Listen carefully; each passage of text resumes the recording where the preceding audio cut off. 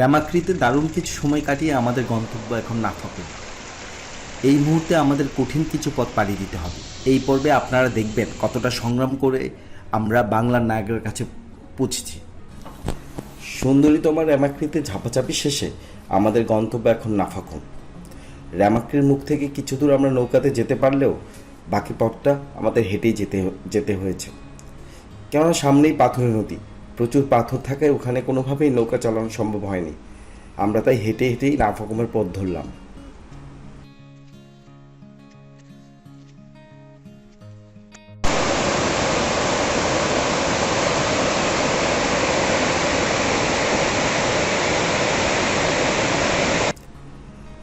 কাদামো রাস্তায় 2-3টা পাহাড় পেরোনোর পর ঝিরিপথের দেখা।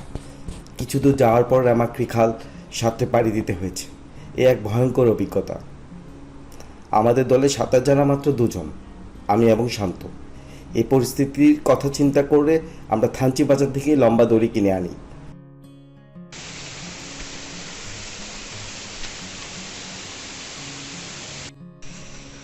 Robi, what's up?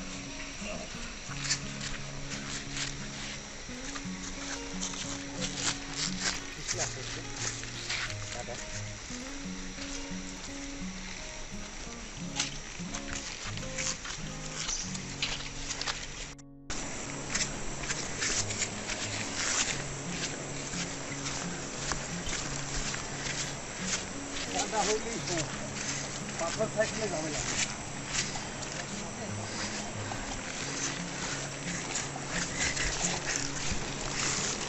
বুঝতে হবে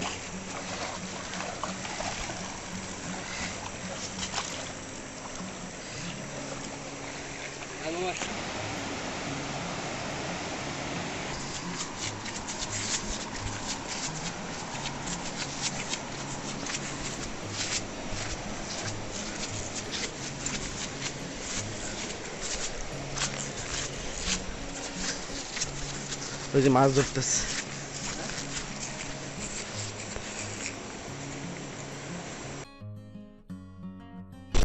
গাইডের পরামর্শ মতো এক প্রান্তে আমি এবং অন্য প্রান্তে শান্ত দড়ি ধরে রাখে। ইয়াসিন ও সামিকে ধরে ধরে নদী পার করার দায়িত্ব গাইডের। ইয়াসিন কিছুটা ভয় পেলেও সামি অনায়াসে পেরিয়ে যায় নদীটি। শান্ত আগেই অন্য প্রান্তে চলে গেছে। সবার শেষে আমি নদী পেরুই, তবে অতিরিক্ত আত্মবিশ্বাস নিয়ে সাঁতরে নদী পার হওয়ার চেষ্টা করেছিলাম। ভাগ্য ভালো যে দড়িটা আমি ধরে রেখেছি। শেষ পর্যন্ত শান্ত টেনে আমাকে তীরে তোলে।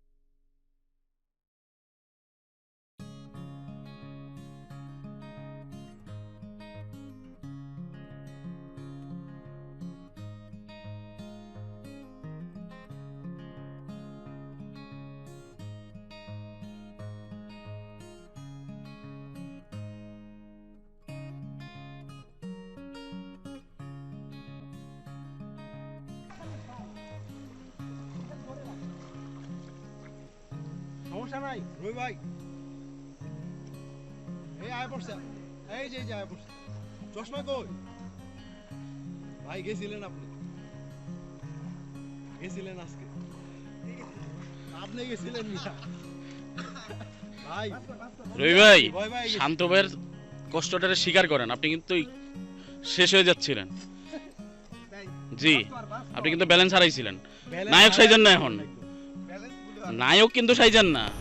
ভয়ঙ্কর এই অভিজ্ঞতা শেষে কিছুক্ষণ আমি বিশ্রাম নিয়ে বুঝতে হাঁটা পারছি শুরু ভাই, করলাম। এখন আর নায়ক সাইজেন না। নাফাকুম পৌঁছার আগে আর কোনো পাহাড় ডিঙাতে হবে না।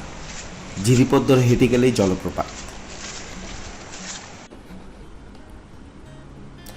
ঝিরিপথে নামতেই মন ও শরীর যেন প্রশান্তির বাতাস বয়ে গেল। চারিদিকে সবুজ অরণ্যে ঢাকা বিশাল বিশাল পাহাড়, মাছ দিয়ে এঁকে বেঁকে চলা শান্ত ঠান্ডা পানির ঝিল। অল্প পানিতে পা ভেজানোর সাথে সাথে হালকা ঠান্ডা বাতাসে প্রাণ জুড়িয়ে দেয়। সুন্দর বিকালটা সবাইকে চনমনে করে দিল। মনে হচ্ছে এত পরিশ্রম করে এসে পাহাড়ি সৌন্দর্যকে নতুন করে আবিষ্কার করেছি। শরীর, মন, চোখ একসঙ্গে সবই যেন প্রশান্তি লাভ করছে। আরেকটু হাঁটতেই পানি ঝরে পড়ার শব্দ। যত কাছে যাচ্ছি তত শব্দ বাড়ছে। কাছাকাছি যেতে অন্য কোনো শব্দই শোনা যাচ্ছে না। এমনকি পাশের কাউকে কিছু বললেও কাছে গিয়ে জোরে জোরে বলতে হচ্ছে।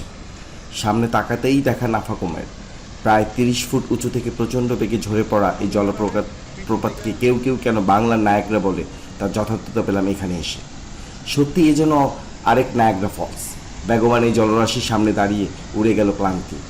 সৌন্দর্যে বিমোহিত চোখ যেন সরতে চাচ্ছে না। শুধু দেখার জন্যই কিছুক্ষণ মূর্তির মতো দাঁড়িয়েছিলাম।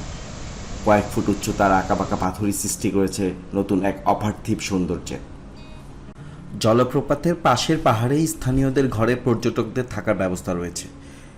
নাফাখুম ত্রিপুরা পাহাড়েই 2 রাত থাকার বন্দোবস্ত করলাম আমরা। যদিও প্রবল বৃষ্টিতে প্রথম রাত শেষে আমাদের ফেরার সিদ্ধান্ত নিতে হয়েছে। ভোররাত থেকে শুরু করে সকাল 10টা পর্যন্ত প্রচণ্ড বৃষ্টি। সেই বৃষ্টিতে জলপ্রপাতে পানির চাপ বেড়েছে।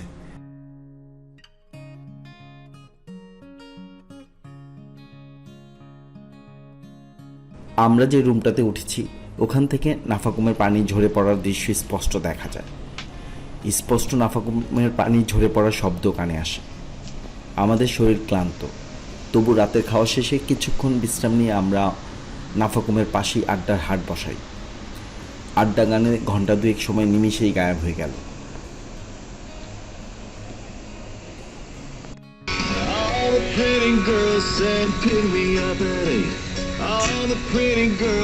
নাচ গান আড্ডা শেষ করে রুমে ফিরে চোখ বন্ধ করতেই গভীর ঘুমে রাতটুক পার করে ফেললাম। চোখ মেলতেই দেখি প্রচণ্ড বৃষ্টি। এই বৃষ্টি নাকি ভোর রাত থেকেই শুরু হয়েছে। এই বৃষ্টির প্রভাবে নাফাকুমের পানির চাপ বেড়েছে। এই চাপে গিরিকাতগুলো ফুলে পেঁপে উঠেছে। আমরা যদি এখনই না বের হই তাহলে আমাদের ফেরার পথটা কঠিন থেকে কঠিনতম হয়ে উঠবে বলে ধারণা দিচ্ছিলেন আমাদের গাইড। ফলে তড়িগড়ি করে আমাদের ডিম খিচুড়ি দিয়ে সকাল নাস্তা খেয়েই ছুটতে হয়েছে গন্তব্যে। নাফাখুম জলপ্রপাতে প্রচুর পানি ঝরে পড়ায় নিচে তৈরি হয়েছে বিশাল খাদ। তাই এখানে ঝর্ণার নিচে গোসল করা যায় না। সাঁতরাতে চাইলে নামতে হয় ঝর্ণার কিছুটা দূরে গিয়ে। জলপ্রপাতের উপরে অংশ গিয়ে বসে ছবি তোলার ইচ্ছা থাকলেও বৃষ্টি এবং স্রোতের কারণে সেটি সম্ভব হয়নি। কেননা একটু এদিক সেদিক হলেই পানির তোরে ভেসে গিয়ে পড়তে হবে ঝর্ণার খাতে। সৌন্দর্যের সঙ্গে প্রতি পদে পদে বিপদ, একেই বুঝি বলে ভয়ঙ্কর সুন্দর। সুখ স্মৃতি সঙ্গে নিয়ে হাঁটা শুরু করলাম রামাক্রি বাজারের উদ্দেশ্যে। ছোট ছোট পাহাড় ও জিরিপথ পেরিয়ে যাচ্ছি। ক্রমেই হারিয়ে যাচ্ছে নাফাকুমের শব্দ। জিরিপথের কোথাও কোথাও পানি অনেক বেশি, নিচে পাথর। বৃষ্টির কারণে স্রোত ক্রমশ বাড়ছে। কোথাও পাহাড়ের মাটি ধসে পড়েছে পানিতে। হাঁটতে হচ্ছে খুবই সাবধানে। একটু এদিক সেদিক হলেই বিপদ। কেউ কেউ পরে ব্যথা পেয়েছেন। পাথরে লেগে কারো কারো হাত পা কিছুটা কেটে গেছে। আবারও পাথুরে নদীর উপর দিয়ে বয়ে চলা। দুপাশে বিশাল বিশাল পাহাড়, মাঝে ছুটে চলছে ট্রলার। মনে হচ্ছে পাহাড়গুলো চিরে আলাদা করে পথ তৈরি করেছে সাঙ্গু। আর সাঙ্গুর বুক চিরে চলছি আমরা। সৌন্দর্যে চোখ আটকে থাকলেও সময় তো আটকে থাকে না। বিমোহিত নয়নে হঠাৎ আবিষ্কার করলাম থানচি বাজারের কাছে চলে এসেছি। আমরা সবাই বৃষ্টিতে ভিজে একাকার। ট্রলার থেকে নেমে শরীর ধুয়ে খাবার খেয়ে চাঁদের গাড়ির উদ্দেশ্যে রওনা হলাম। মিনিট 20 যেতেই শুরু হলো বৃষ্টি। ক্রমশ তা বাড়তে লাগলো। একেবারে ঝড়ো বৃষ্টিতে রূপ নিল। পাহাড়ি রাস্তায় গাড়ি চালানোই দায় হয়ে যাচ্ছে। খুব সাবধানে চালাতে হচ্ছে। চলছে গাড়ি, তার সাথে যাচ্ছে শরীর। মন পড়ে আছে সেই পাহাড় ঝর্ণায়।